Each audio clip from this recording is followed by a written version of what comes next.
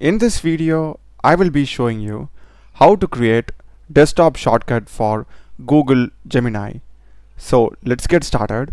First thing, in the browser, just come into the home interface of Gemini, which is going to be this particular URL. After coming here, to the rightmost top, you will be having the three dots icon. Select it, and here you are having cast, save and share.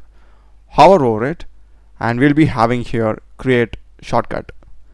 Click this and just have it as Google Gemini, or you can give whatever the name you want, and click on create. And that's it. This will be getting added to our desktop. And if I go to the desktop now, as you can see, I'm having here Google Gemini. If I directly open it, this will directly open it inside the browser. I don't have to type it. That's the video, guys. Do check the playlist of my channel. Done a lot of videos in programming and AI tools. Subscribe me. Thanks for watching.